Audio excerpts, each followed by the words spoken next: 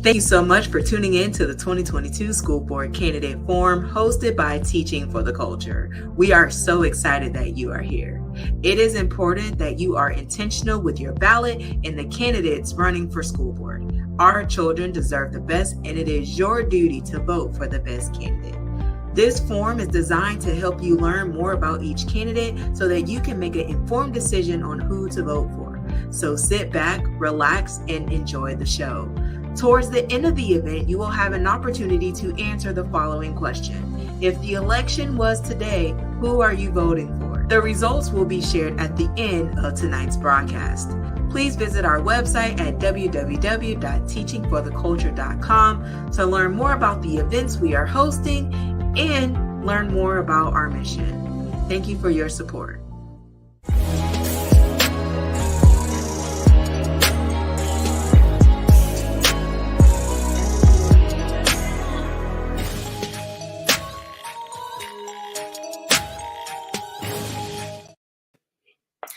Good evening, everyone. I am April Cobb, your moderator for tonight for our first of many the Hillsborough County School Board Candidate Forum. Teacher for the Culture Candidate Forum follows the nonpartisan, unbiased, and impartial format. Time limits for all comments will be strictly enforced. In fairness to all candidates and the audience, we will ask that these limits be respected. Each candidate will have 2 minutes for opening remarks to introduce themselves. The moderator, I, will then ask questions submitted by the community so that we can address as many questions as possible in the time available. Each candidate will have 1 minute to answer each question. School board member Dr. Stacy Hahn and school board member Karen Perez are finishing up with the current scheduled school board meeting. Teacher for the Culture will have a one-on-one interview with these current school board members to answer the questions posed tonight and discuss the millage referendum on the ballot for the Hillsborough County Public Schools. In the event that they're able to join us during this time that the forum is being hosted, we will add them to the meeting. We will get started with opening statements. And remember, each candidate have 2 minutes for this time frame. Let's go ahead and start with Damaris Allen. Hi, everyone. My name is Damaris Allen, and I'm running for Hillsborough County School Board District 2. I got my start advocating for public schools when my oldest child entered kindergarten over a decade ago, and I started working with his school, the teachers, the administrators, because I wanted it to be the best little school around, because I found that a lot of parents were choosing or opting out of that school, and I wanted to change that. So I worked on collaborating, and when my time at that school was finished, when I was finished being a PTA president, I decided I don't just want this for my kid, I want this for all kids. And so I started advocating on a county level. And I decided to run for Hillsborough County PTA president, where I was able to serve for 2 years and work closely with the district and learn a lot of things. During that time, I also got to join the Florida PTA Legislative Committee and spend about years going to Tallahassee, following bills, reading them, advocating with legislators, and speaking in committee meetings in order to make a difference for our kids. And now I have decided to run for school board because I know that I can make a difference. I love our schools. I'm ready to listen to parents, listen to teachers, listen to families to do what's best.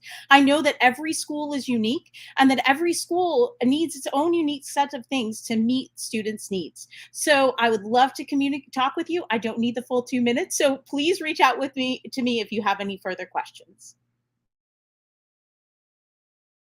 Thank you very much, Damaris. Now we're going to move on to Hunter. Hi, folks. My name is Hunter Gambrill, and I'm running for the District 4 seat in Eastern Hillsborough County for the Hillsborough County School Board. I'm running because I'm a passionate believer in education. I'm a third generation in education. I worked for Hillsborough County Schools for a while. My wife and I moved out to California when she was stationed out there in the military. We worked in school transportation. I worked in school transportation out in California and then moved back here where I'm currently the senior coordinator of workforce operations for Polk County Public Schools. In that role, I'm in charge of developing some new programs and trying to assist our technical colleges and our middle and high schools in getting industry certification programs going. And so in that role, I really want to bring some more experience of that into Hillsborough County and see every student graduate college or career ready. It would be great if everyone that walked across that stage was either ready to go to a college or in a career with an industry certification. That's what I believe in. I think that the 900 instructional vacancies that we currently have are our first priority that we have to address as a board. I really want to see that tackled. 500 support vacancies, a lot of them are being paid under $15 an hour. We have to address that. We have to get our teachers paid better than what they're currently being paid. Polk County today just raised their minimum rate of pay up to close to what Hillsborough County is offering, and Polk County has a lot less cost of living. So we're going to lose people. We have to focus on retaining the talent that we have in our school system right now, and then we can focus on really recruiting the best.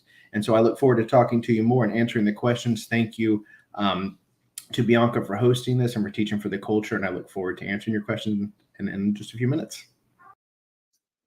Thank you very much, Hunter. Let's move on to Mr. Rashawn.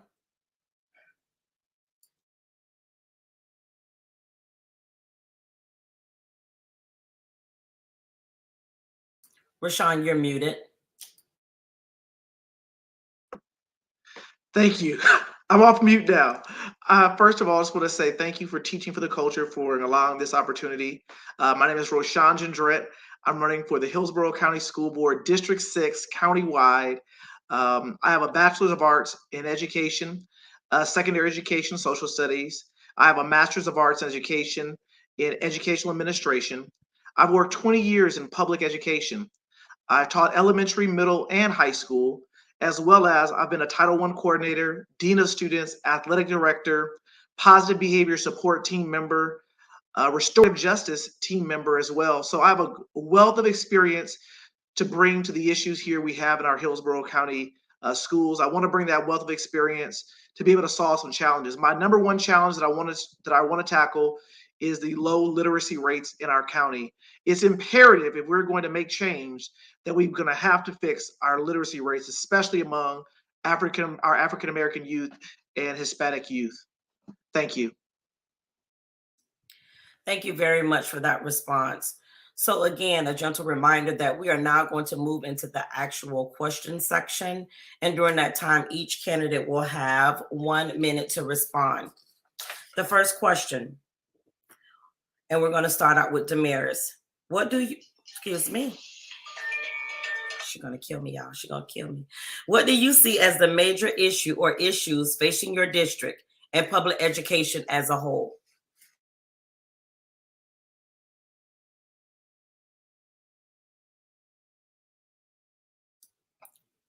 Damaris.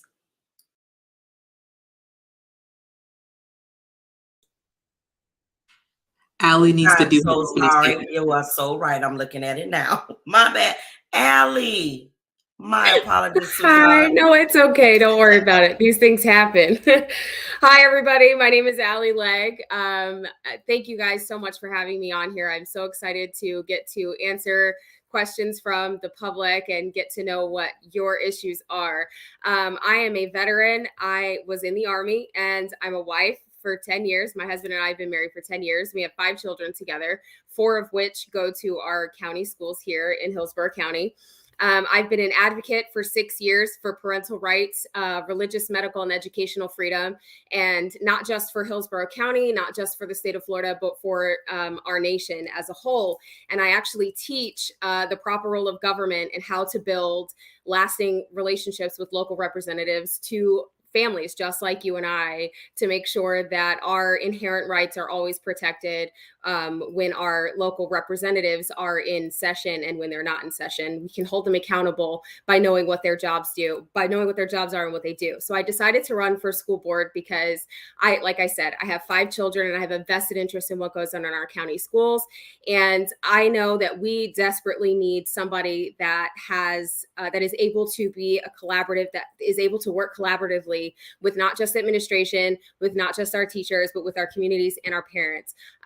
Everybody needs to have a voice on the board. We have over 80 years of educational experience on our board, and most of our staff and teachers do not feel heard. I know for a fact our parents do not feel heard, and we need to make sure that we are doing everything possible that we can in order to set our students up for success, because that is what is written on the walls of our schools everywhere and in downtown Rosac. So we want to make sure that we maintain that, and that is what I aim to bring. So thank you so very much again, and I can't wait to answer your questions.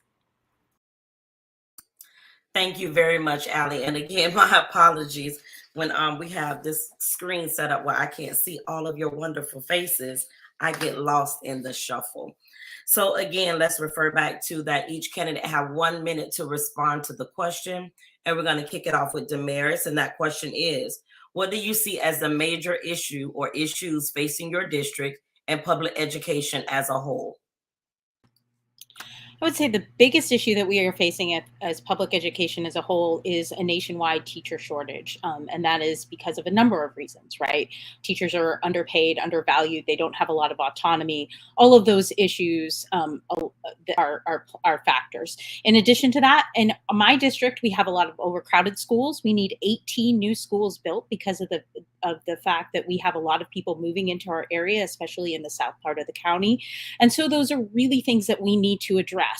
And that's not going to be an easy thing to do, especially when we look at rebounding school, creating new boundaries for schools and things like that. And in order to do that, we need to talk to the community. We need to be in the community. We need to be a part of the community, and we need to not expect people to come to us, but we need to go to them. And I think that's really imperative to do this work. Thank you very much, Damaris. Hunter, your response? So definitely the issues, the biggest issue that's facing the district is this teacher shortage that we have. With 900 instructional vacancies, that's 900 classrooms without a certified teacher in front of them, and that's crazy. And just think of the sub bus drivers that we have. We currently have, I think the last count was 160 drivers that were currently absent. Can you imagine a sub bus driver that sometimes doesn't even get paperwork for the route, or the students that are on the route going and trying to drive those 85 students on that $400,000 piece of equipment on Hillsborough County roadways, and they're trying to do it for $16.09 an hour.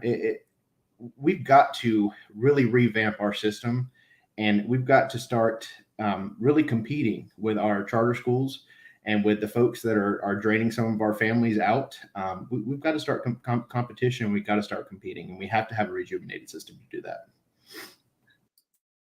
Thank you very much, Hunter. Rashawn, you're up. Yes, I think one of the major issues, and while I agree with Damaris and Hunter regarding the teacher shortage, I think for me, the major issue that's facing our schools is the low literacy rates among our Black and Brown students. Having worked in Title I schools my entire career, seeing firsthand the damage done when our Black and Brown students are not able to read on grade level, and yet they end up dropping out later in high school. And there are other societal factors in terms of the economic disparities in Black and Brown communities. To me, the first thing that I'll address when I'm elected to the school board is addressing those concerns, especially among our Black boys. When you dig into the numbers of the FSA, you will see that our Black young boys are doing worse than any other group. So that will be my first challenge, is dealing with the literacy rate, because if a student cannot read, what type of future are they going to have? Where are they going to end up? Our crime rate is going to continue to go up in our communities. This has to stop, and I will make sure that that is my first priority. Thank you very much. All right, let's move forward with Allie. Hi, yes. So I believe that all of our issues are major issues that are affecting our schools right now, especially with our teachers, our reading rates. Yes, all of those things are very important, but I believe that it is contingent on how we are budgeting and balancing our budget. Right now, our budget is $3.5 billion. And in order for us to properly attack and bring the resources that we need in order to address some of the issues that we are facing in our county, we need to make sure that we are spending our money properly and providing the resources that each individual school needs individually in order for us to make sure that those issues are tackled properly. And I would like to see us skim the fat as much as possible, tighten our belt as much as possible with our budget, and to dig in there and figure out, are we spending frivolously, or are we just, endlessly spending money on things that do not necessarily need to be funded first. And that I believe is our major issue. Thank you very much. All right, we're going to start our next question off with Hunter. What would you want to see in the superintendent's budget to address equity and ensure all children receive an equitable education? I think one of the first things we have to do is look at the model, because obviously the model that we're using, that we've used in the past, hasn't been working. Even our staff allocation models don't seem to be addressing the most major needs of our schools. So one of the first things that we can do is really flip some of these schools around that are poor performing schools, or are schools that need the most help. We can flip them upside down and look family by family and community by community and figure out what those families really need to make them successful. Maybe it's a transportation issue, where maybe we could just add a bus stop to a route, to make a family successful in coming to school. We really need to tackle these on a school by school level. So what I'd like to see is support being provided where support is needed. The staffing model, like I said before, the staffing model is currently set up to address student population, or it's assigned based on student population. But we know that not every school needs the same number of resources. Some of our schools, like Bernie Elementary, where the student population for free and reduced lunch is over 80-something%. That's your time. Sorry, I apologize. No worries. All right, we're going to move into Allie. Nope. We're going to move into Rashawn answering that question for me, please. Yes, well, one of the things that's really important, if we're going to really, in terms of the superintendent's budget, is increasing our budget for VPK programs. The research has shown that in Hillsborough County, 50% of our students come to kindergarten not kindergarten ready. So they're already coming in with a learning gap. So one of the first things that I would do is speak with the superintendent is to increase funding to have VPK programs in all of our schools, especially in those schools that are low performing, because I believe those early years are extremely critical as it relates early, as I talked about the literacy rate. So the first thing I would do is talk to the superintendent about increasing the funding for VPK programs in all of our Hillsborough County schools. Thank you very much. Allie, you're up next. I believe we need to leverage our relationships, our community relationships, and relationships with business entrepreneurs and business owners in order for us to properly give resources to the schools that necessarily need them the most. Not every school is going to need the same amount of resources, like Hunter said, which I totally agree with. In order for us to figure that out, we have to make sure that we are leveraging the relationships that we have built and actually going to the schools and speaking with not just administration, but with the teachers and the families as well, and making sure we're actually having town halls so that we can have those conversations in order to figure out what needs these specific schools need in order for them to get the proper resources. And if that requires more funding to be added to the budget, that we need to figure out how to do that and how to trim the fat so that we can provide those resources to the schools.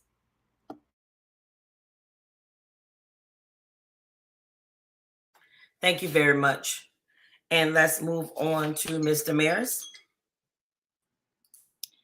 I think we need to make sure that we're not making decisions for or about people without including them. And that's really, really important. And I don't think our interactions can be limited to town halls. I think we need to be really intentional about going to where people are. If that means it's a football game on Friday night or a community event, that's what that means. And we need to engage families on every level and find out what they need and stop just assuming it's a one-size-fits-all fix, and especially when those fixes are based in computer programs. I also agree that we need to leverage our relationships, but not just with business communities, but with the Early Learning Coalition, with the Board of County Commissioners. So we need to make sure that students have the resources they need. We have students living in housing that's unsafe. We have students that are going to bed hungry. We have students that are living in communities that are plagued with gun violence. And we need to address all of those issues. And the only way we can do that is collectively as a community. Thank you very much. So you all did a phenomenal job with answering the first questions, and I appreciate all of your responses. We're going to make a slight adjustment and increase the time for you all to be able to expand a little bit more on your thoughts. So we're going to expand the time frame to 1.5 minutes for you all to respond to the following questions. So our next question, and we're going to start out with Rashawn. Share the work that you've done or visits you have made to elementary, middle, and or high schools in the community you plan to serve in the past 6 months. Yes, I mean, this has been one of the great journeys running for school board. Is I've met with, I don't want to get into names, but I've probably met with at least 15 principals. I've actually even met with students from different schools as well. I've met with community school principals. I've met with principals. Since I'm running countywide, obviously I've met with a lot of principals. I've been in Waimama, I've been in Brandon, I've been in a variety of places. And what I hear from a lot of our principals and our teachers is that they feel disconnected to this school board. So when I'm elected to the school board, I want to become more accessible and making sure the decisions are not top down heavy, but there are local decisions made that each school can make individually in their own. So I think it's important that if you're running for school board, you have to understand the job that you're doing. You have to meet with principals, understanding what their needs are, understanding what teachers' needs are. And that's what I've done the last 20 years in education. I haven't just been a teacher. I've been a Title I coordinator. I've been a restorative justice chairperson, a school governance council. All of those experiences have helped to shape who I am today and will help me when I am elected to the school board to make great decisions for our schools countywide. Thank you very much. So before moving forward, I'm going to ask the question again and ask that we are definitely responding directly to the question. So again, share the work that you've done or visits you've made, share the work that you've done or visits you've made to elementary, middle, and or high schools in the community you plan to serve in the past 6 months. And Allie, you're up next. Hi, so I have not been to any specific schools, but I have met with several people that work in several different schools around our county. I've met with principals, assistant principals. I've met with paraprofessionals. I've met with teachers and parents and students as well. And a lot of what I've been hearing is, especially from our staff, is that they feel disconnected as well. They don't feel like they have the full support of our board. They don't feel like they have the support of our administration. Our parents feel unheard as well, and our students feel very unheard also. They feel like there's just this heavy-handed of things that have just been coming down that nobody really has any control over. And as a school board member, especially countywide, I want to make sure that I am a voice for all of the people that live here in this county, not just specific demographics, not just specific, socioeconomics, but for everybody in this county. And I have met with several people from Chamberlain and from East Bay, and I've met with a few other groups that are working with our indigenous communities, and I just really want to be able to bring everybody together and come up with collaborative ways that we can be solutionary in solving some of the problems that we're facing in our school district. Thank you very much. Damaris, you're up next. So if you would put the qualifier of 6 months, I would be able to tell you that I've been to almost every school in the entire county, not just my district. And I have actually slowed down school visits very intentionally during this season because I didn't want to have the appearance of impropriety. So my visits have been less than usual, but I can tell you I've done community cleanups with Robinson High School. Obviously, I was president of the PTA for Plant this year, so I've done a ton of things with that school. Grady Elementary, I actually got to go in and teach music one day, which was super fun. And I've been to Gibsonton Elementary a lot because it's one of our community schools, and I've served on the community schools steering committee. But like I said, prior to filing, I have been to almost every school in the county, and that was very, very intentional. Thank you very much for that response, Damaris. Hunter? I have also met with a lot of community groups. I'm sure a lot of people have reached out to all the candidates in the races about meeting for various reasons, including the indigenous groups. I have not been to the schools except for after school events, meetings like with Superintendent Davis at Newsom High School. I've been to Plant City High School to talk to some teachers, but I have talked to several community members, several parents in the Bloomingdale area, in Waimama, in the Sun City Center area, and then up in like the Cork area of Plant City as well. Thank you very much. All right, we're going to go ahead and move on to our next question, and we're going to start off with Ms. Allie. The recent events in our nation have shined a spotlight on our institutions' apparent conscious and unconscious racial biases. What are some action steps as a board member to hold people accountable for their biases that directly impact teachers and students?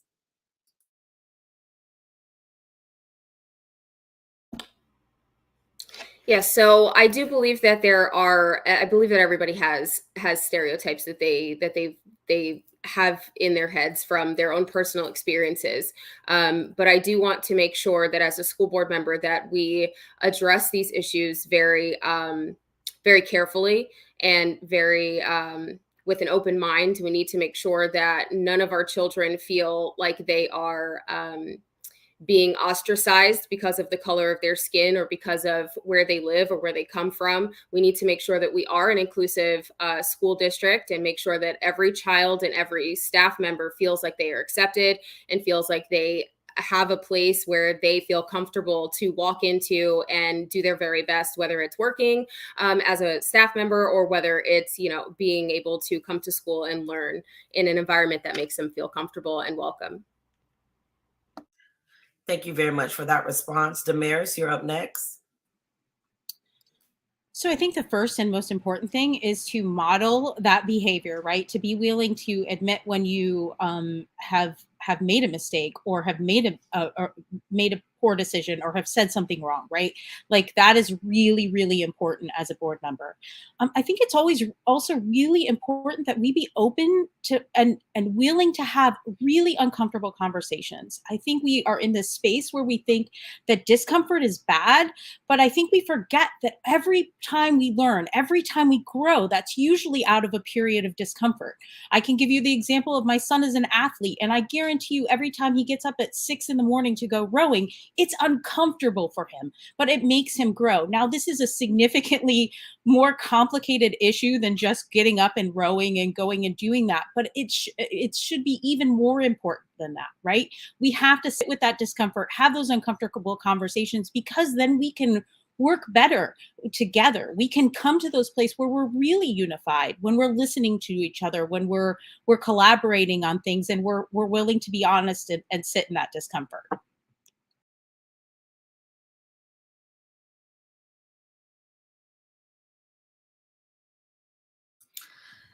Thank you very much. Hunter, you're up next. I completely agree with what other people have said so far. It does start with uncomfortable conversations, and we have to go into the communities and make sure that that the staff in those communities really are reflective of the students as well. We want to retain and recruit the best, so we want to recruit people within our school system. So if we don't have enough Black and brown leaders, what we need to do is recruit some of the teacher ranks to come up and be administrators and mentor them and work with them. Likewise, we need to do the same thing at our schools and make sure that our teachers reflect some of the community. We need to go out there and reach out to the students that we have in our high schools and see if we can't create educator academies, or maybe throwing pasta against the wall. Let's think of an idea, maybe a teacher apprenticeship program or something where we can get kids excited about joining into education now, and rejuvenating the school district is what's going to do that. It's what's going to make people excited about being in education again, which is what we really need to solve some of these major issues in our communities.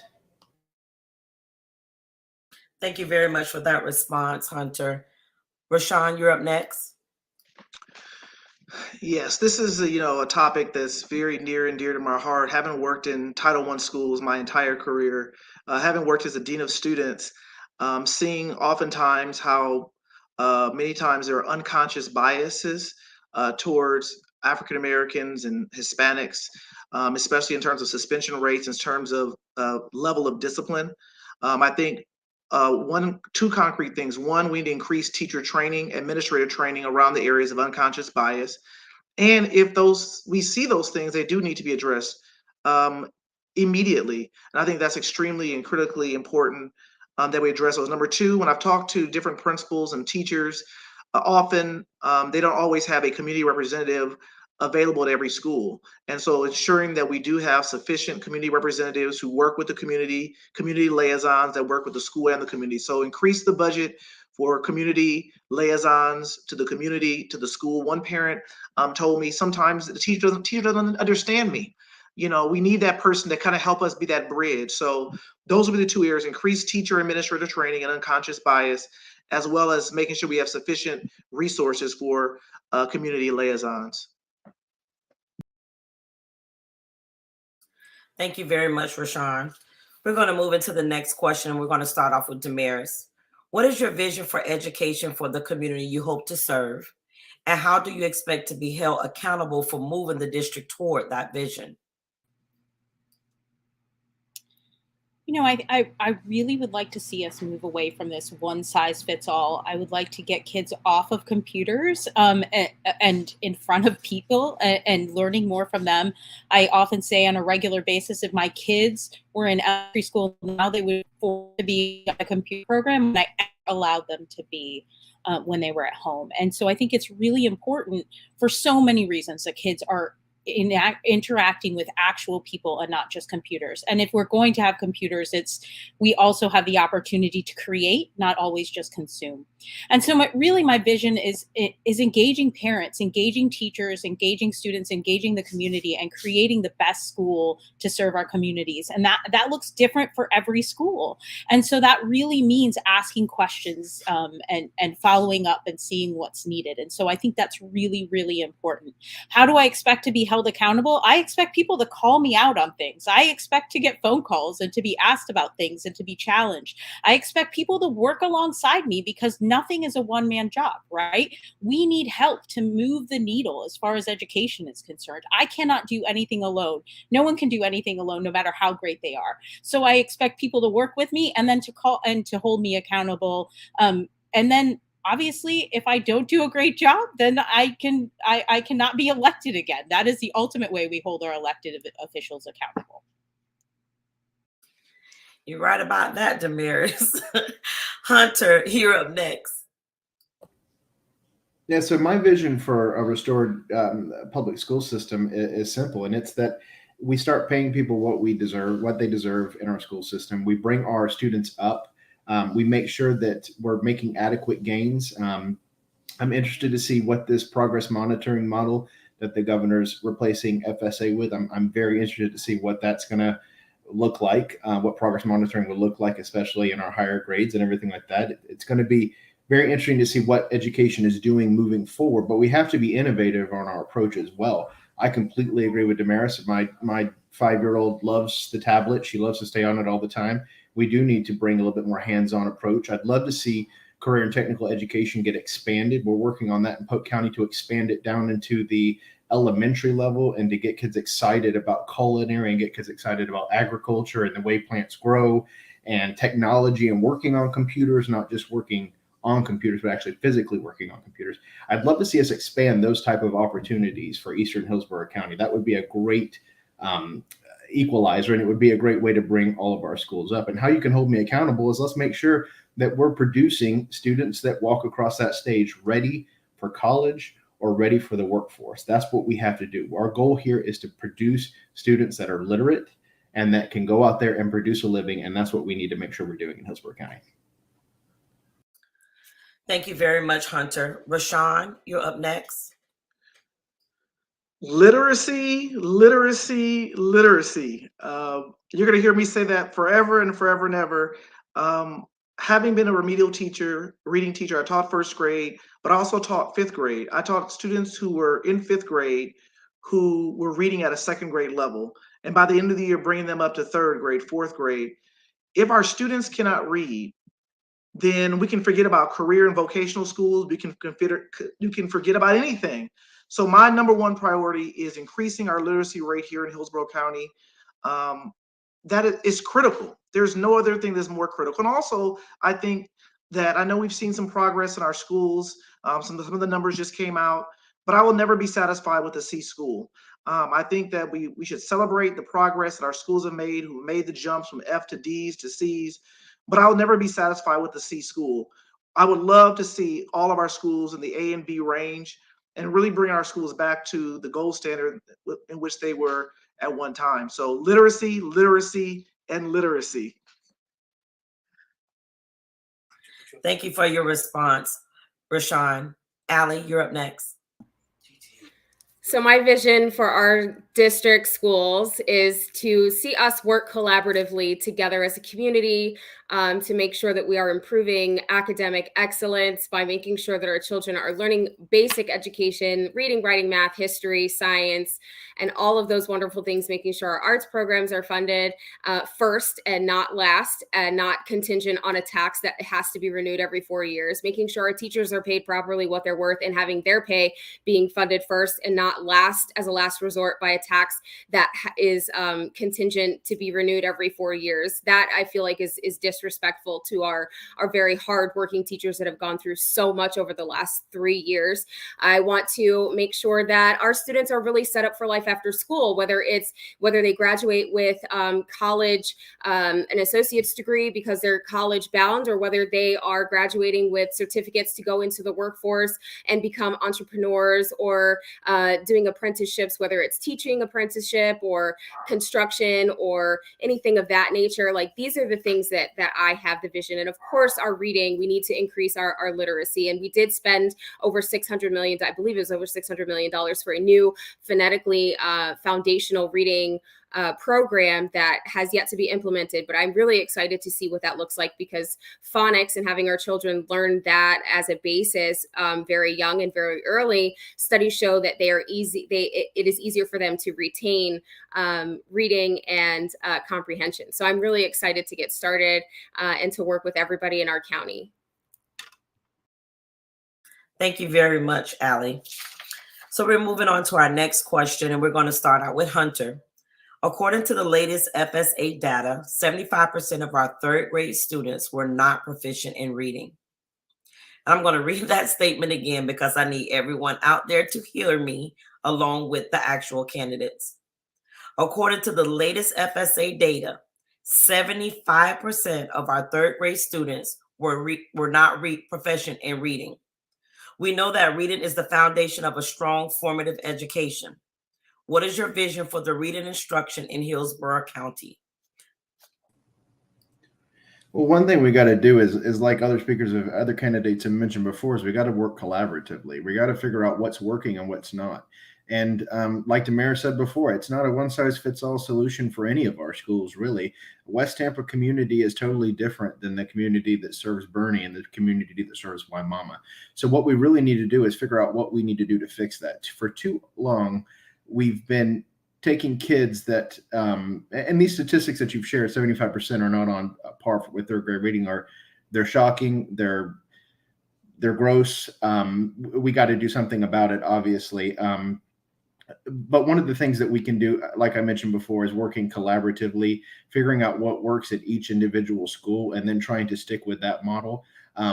Finding out what works at some of our schools that have similar populations, and then maybe bringing those ideas over to the other schools, and maybe doing some community type training and community type situations where we're teaching parents to read, because we have an adult literacy problem here in Hillsborough County as well. You know, let's teach the adults to read right along with the students so they can help each other out.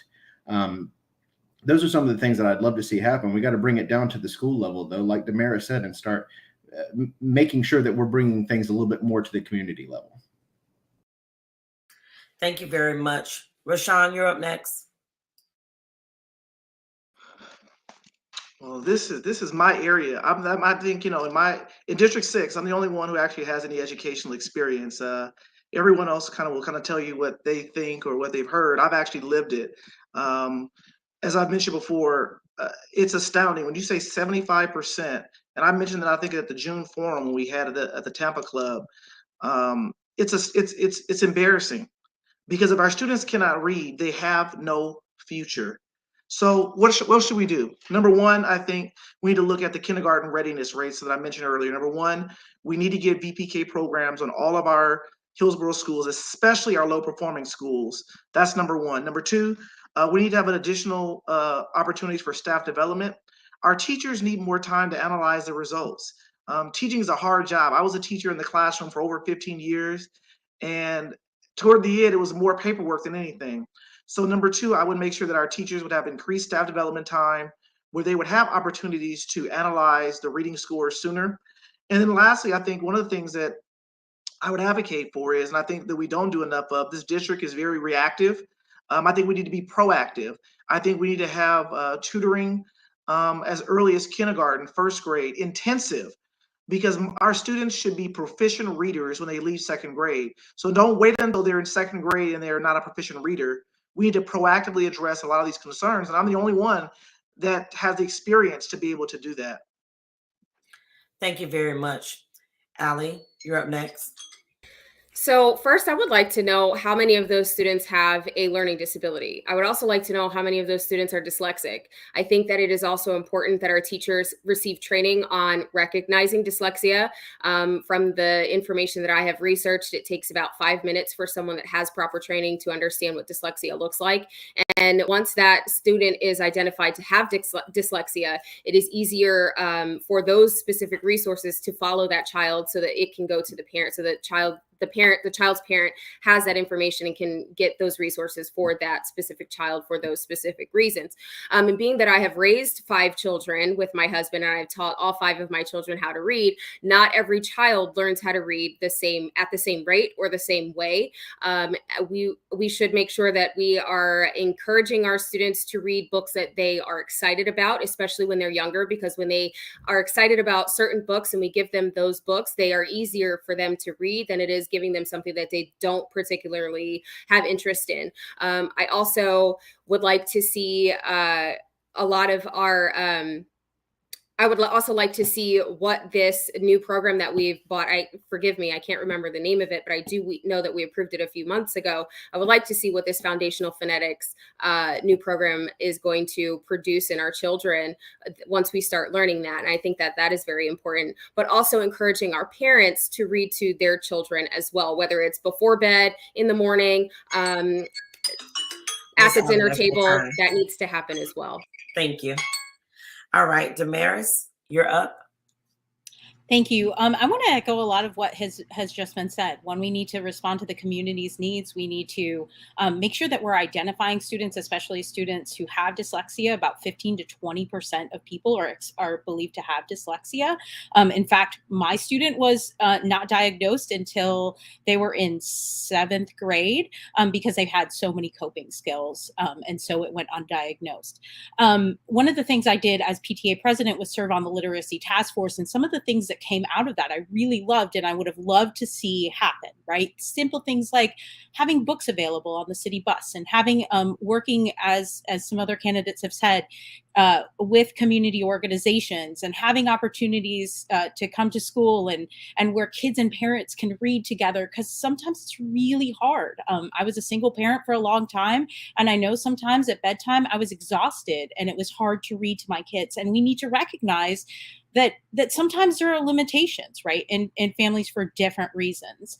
I loved what Allie said about allowing kids to read the books that appeal to them. I know as a parent, my oldest came home and wanted to read Captain Underpants. And when I say I literally gagged my way through that book, it's not an exaggeration. But I also know that same kid who begged to read Captain Underpants went through a time where he didn't want to read so much. And recently, when he got to college, spent 6 hours in the library just pouring through books. And so, sorry, time. That's your time, Damaris. Thank you. All right, guys, we're coming up on our final question. And again, thank you all for showing up eager and prepared to answer the questions that have been placed before you. So we're going to start out with Allie. Statewide, Black students continue to be disproportionately subjected to exclusionary discipline, arrest, and harsh punishment like being charged as adults. What policies and work as an elected official will you commit to doing in order to combat this systemic issue?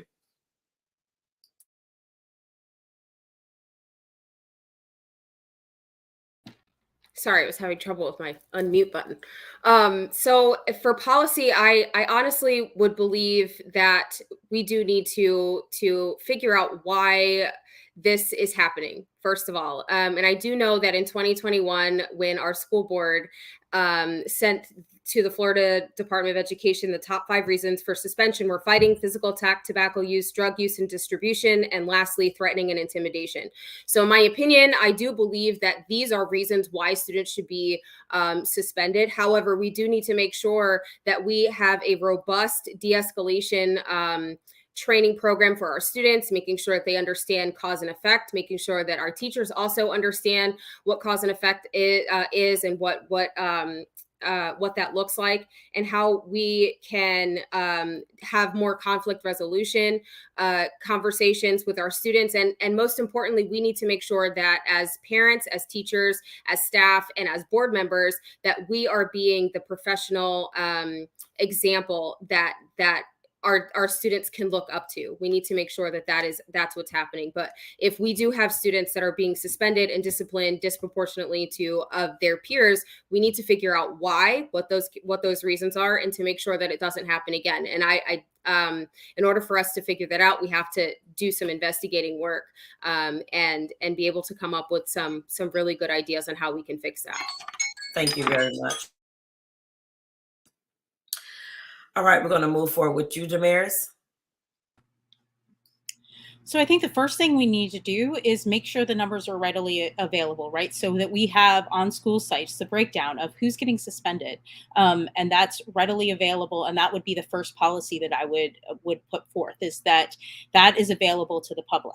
And then I think we really need to work with community organizations, and I'm not just saying this because you're on here, but we need to work with the Sunshine Education Coalition. We need to recognize that then the NAACP a few years ago identified that we lead the state in the school to prison pipeline. And then we need to start working backwards and see what can we do to fix that, right?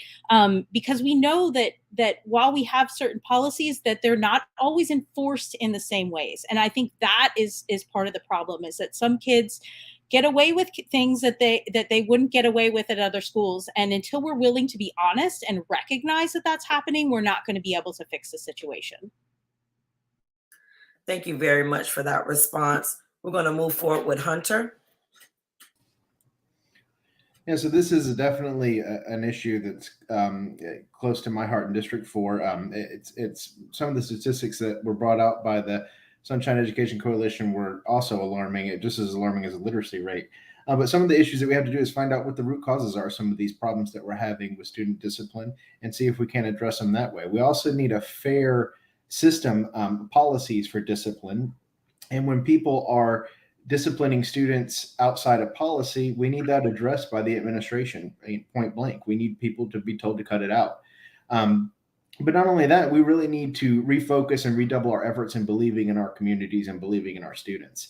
My wife works at the Department of Juvenile Justice Program with incarcerated youth in Polk County. And those students really, they don't have reading books that they can. She's actually on a drive right now to get books for the students there so that they can read some pleasurable books like Harry Potter, things that they want to read. But for too long, we've had people go into those situations where they've made a bad decision and we've just given up on them and said, they're too far gone.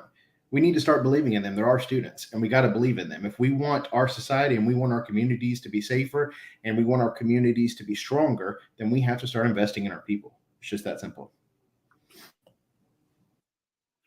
Thank you very much, Hunter. Rashawn, you're going to close out the questions for us. Yeah, this is an important question. It's definitely a problem. I was dean of students for 3 years, and I worked at a community school for 3 years as dean of students. And by the time my tenure ended, when I left the school, we had reduced suspensions by 25 to 30%.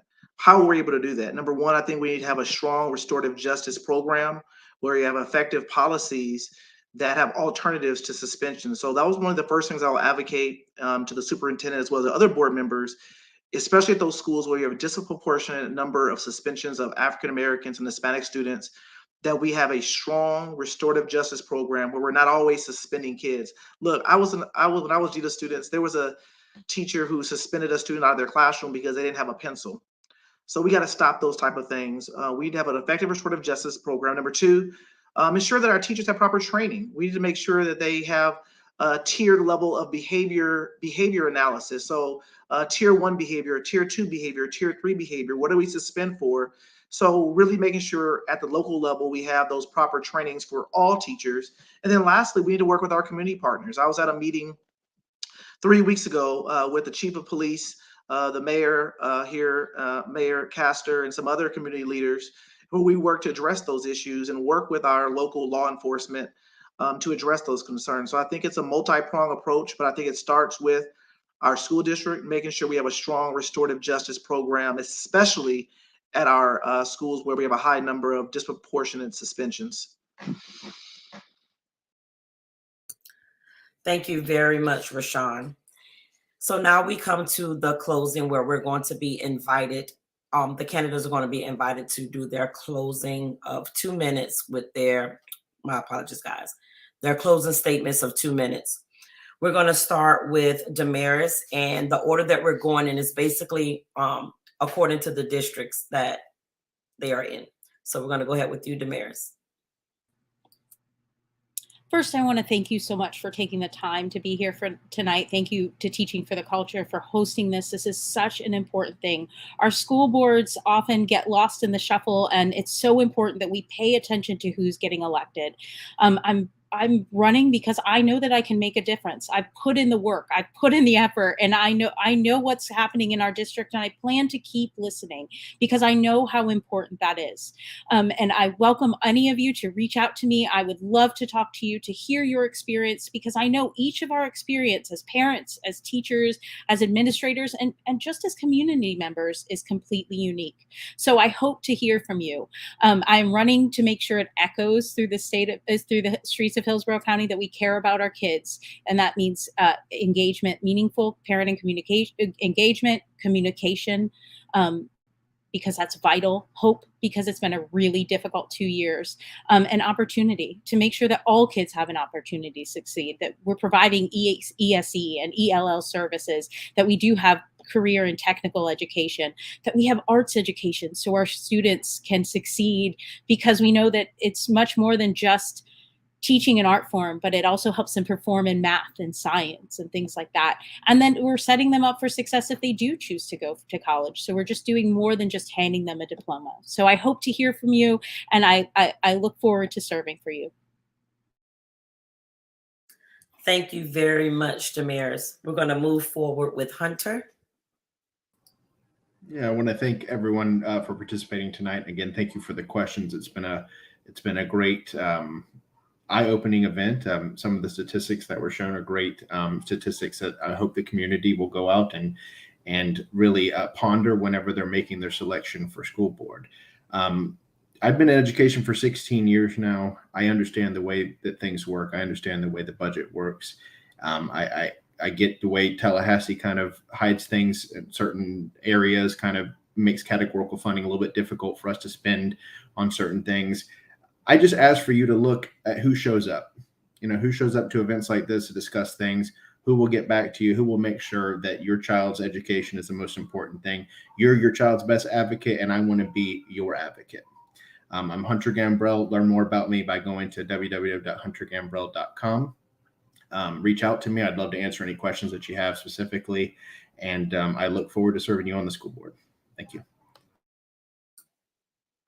Thank you very much, Hunter. Rashawn, you're next. Thank you so much for this opportunity to come here and answer the questions. These are questions I think we need to continue to have this dialogue, not just during election season, but that's just me. All right. But it comes down to experience and leadership. I have 21 years of experience in education. I've been an elementary, middle, high school teacher, as well as a Title I coordinator. I really understand these issues. Education is my passion. Education is my life. Look, I'm not interested in sound bites.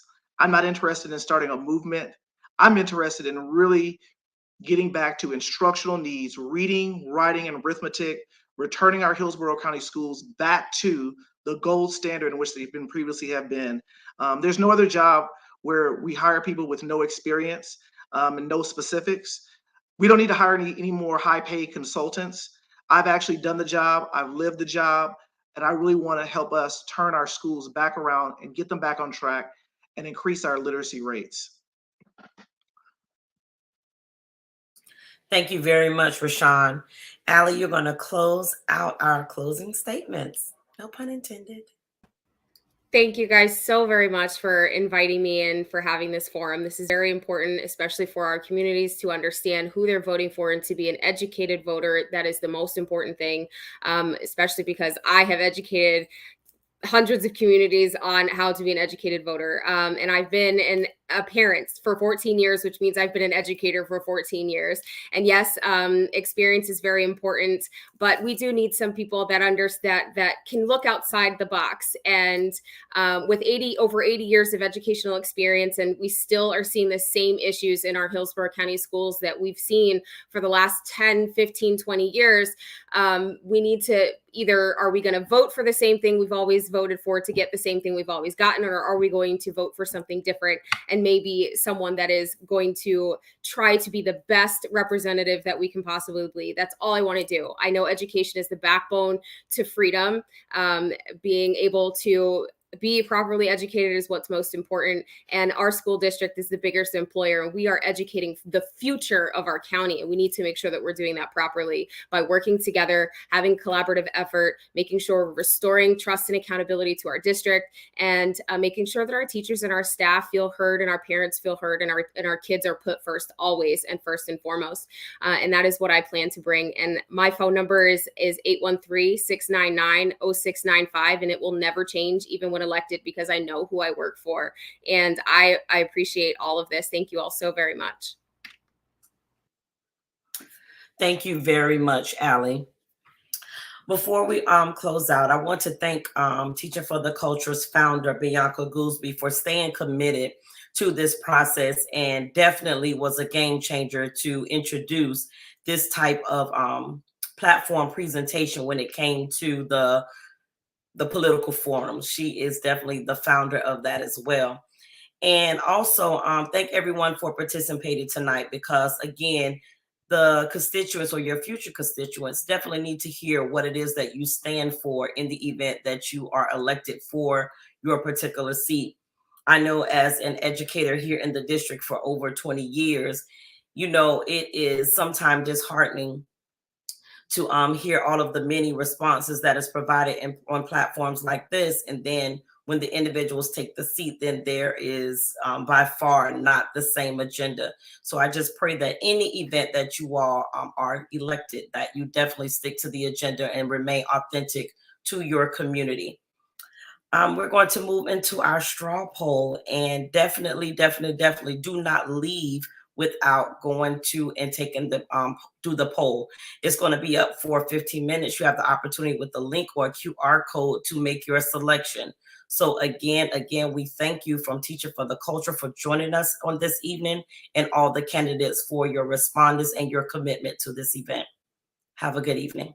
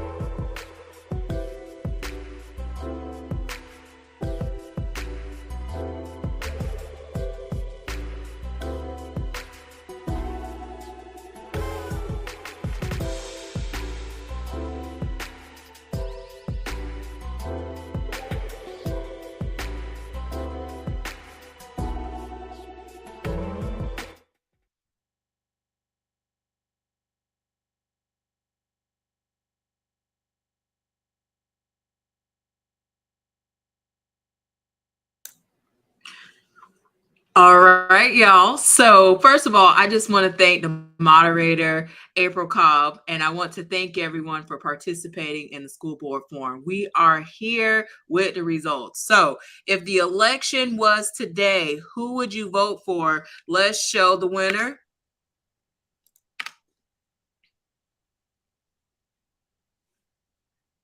We got Damaris Allen. Congratulations for winning the straw poll. Thank you so much. And Damaris is still on, so let me add her real quick. Thank you again, Damaris, for being here and being intentional. How you feel? I feel good. Of course, now. Although you took forever to press the button, I didn't appreciate that. Well, I thank you so much for being here. And let's move on to the next result. All right, so if the election was today, who would you vote for in District 4? Here are the results. Hunter. He had to go backstage and he's not here, but Hunter won the straw poll. So make sure you give it up for him. Okay. All right. Let's move on to the next one. For District 6, which by the way, this is countywide. So if you are in Hillsborough County, anyone can vote for this seat. Okay. So if the election was today, let's show the results.